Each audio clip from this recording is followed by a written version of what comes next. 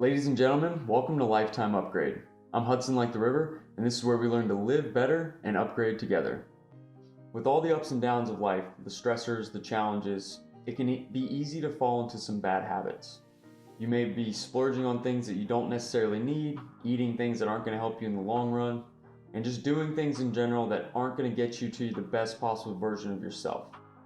So what I'm going to go over today are 3 simple steps that you can take to achieve any goal and upgrade your life.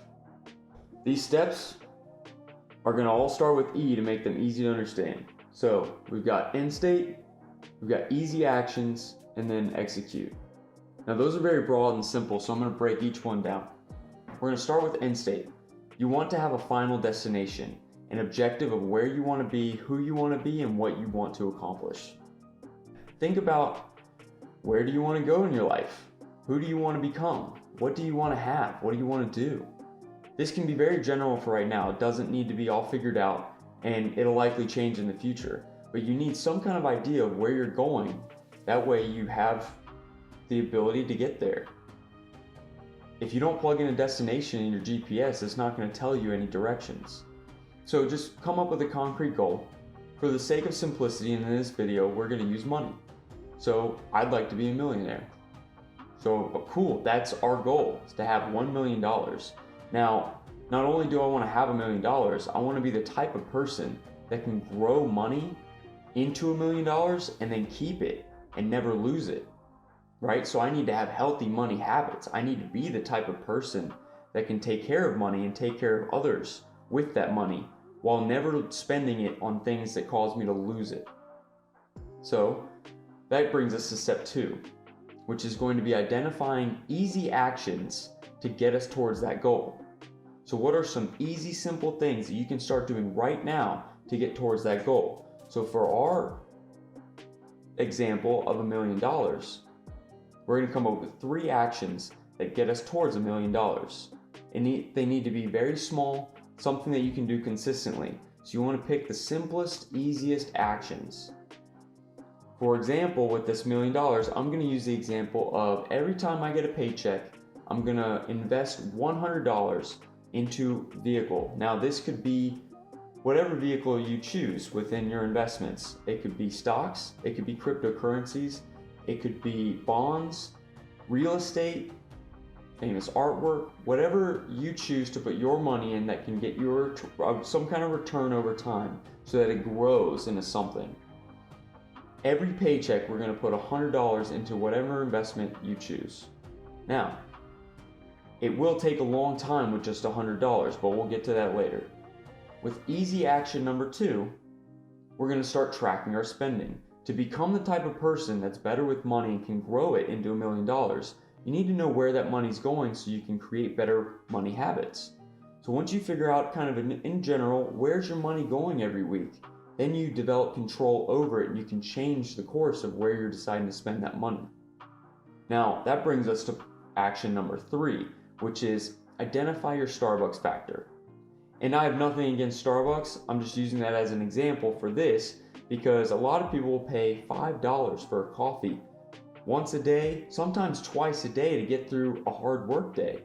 Now, that adds up over the course of a week, but think about how much it adds up over the course of years. And the whole point of this is we want to identify those actions that are holding us back. So my little nickname of the Starbucks factor is just because it's the limiting factor for a lot of people with money. They'll spend it on something consistently that becomes a habit that costs more than it needs to. So you want to identify that limiting factor and you want to cut it back just a little bit. So maybe instead of getting coffee every day, you have one day where you make coffee at home.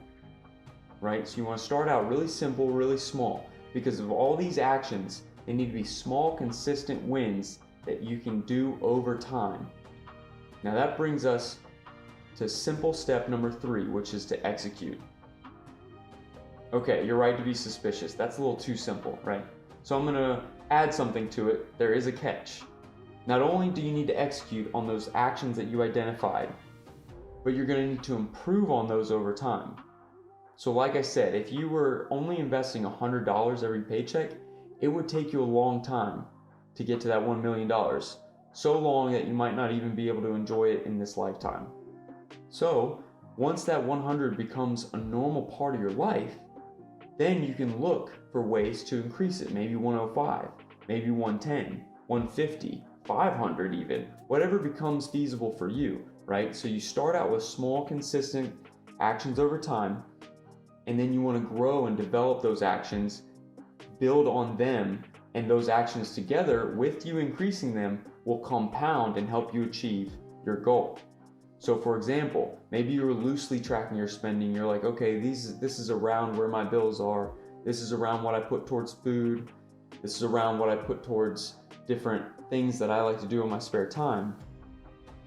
Now you're going to start actually tracking. Just pick one thing you're going to relentlessly track over the next few weeks. And then maybe you pick another thing, and eventually maybe you track all your expenses. Now, they make it easy with credit card statements being right there in the app on the phone, so you can simply keep track of it. But I like to put all that into an Excel sheet that then shows me, okay, this is how much I have left over, and if I have more left over than the previous month, then I know I'm doing better that month, right? Or if I have less, then maybe something happened, or maybe I made some purchases that I didn't have to. So it gives me a little bit more control, and it would do the same for you. Now with easy action number 3, that's finding and limiting that Starbucks factor. So over time, maybe you limit it even more. So instead of 1 day a week that you make coffee at home, you pick 2 days. Or maybe you eventually get to the point where you no longer go out for coffee, except on special occasions where you'd like to enjoy it. Then once you've completely taken control of that limiting factor over time, it's time to pick another one to overcome, right? So you find another factor, and you're constantly improving just little bits on these simple actions, these easy, simple steps, right? Now, all this together will compound, and over time, not only will you be a lot closer to your goal, but you're going to become a different person, because these are going to become habits, and habits make up who you are. So that leads me to one of my final points, which is all the decisions and actions that you do each day are making future you. Whatever you decide to do becomes that little part of who you are. So by deciding who you want to be and where you want to be and what you want to accomplish, you're already tweaking your daily habits. Now you just have to execute and build in the repetition until it becomes a part of your normal life. Now, I do want to mention one thing. Don't fall into the trap of all or nothing. A lot of people won't start towards their goal because they think, oh, well, if I can't do everything right, then I'm not even going to start. I've heard it especially has to do with fitness or money. Is like, oh, since I can't have a good diet this week, I'm traveling, I'm just not going to start the workout program. But that doesn't make sense, because every little improvement you can make will add up in the long run. So like money, you're like, oh, well, I've got some extra bills this month, so I'm going to start maybe next month if I'm in a better financial place. No, you've got to start now, because everything adds up over time. Even if you can only put $1 towards an investment, that's one more dollar that wasn't there before that can grow. You're putting your dollars to work. Or maybe a little walk around the block is one more walk. That's more calories burned than before, right? And that all will add up. And eventually, you're going to be towards that goal. So you can think of it as like a staircase analogy. To get to the top of the stairs, of course you can't jump all the way there. Some people can, and they're lucky. They might have a different circumstance, right? But how do you get to the top of the stairs? You take one at a time, one little step at a time, and eventually you'll get there. Now, I believe in you, and I want to see you succeed. Let me know in the comments what you want to do and what you're trying to accomplish. Hope this video helped. Thanks for watching. I'm Hudson like the river, and this is Lifetime Upgrade, where we learn to live better and upgrade together. See you next time. Final destination, things you're going to do to get to that destination, and then you're going to improve them over time. It's that simple.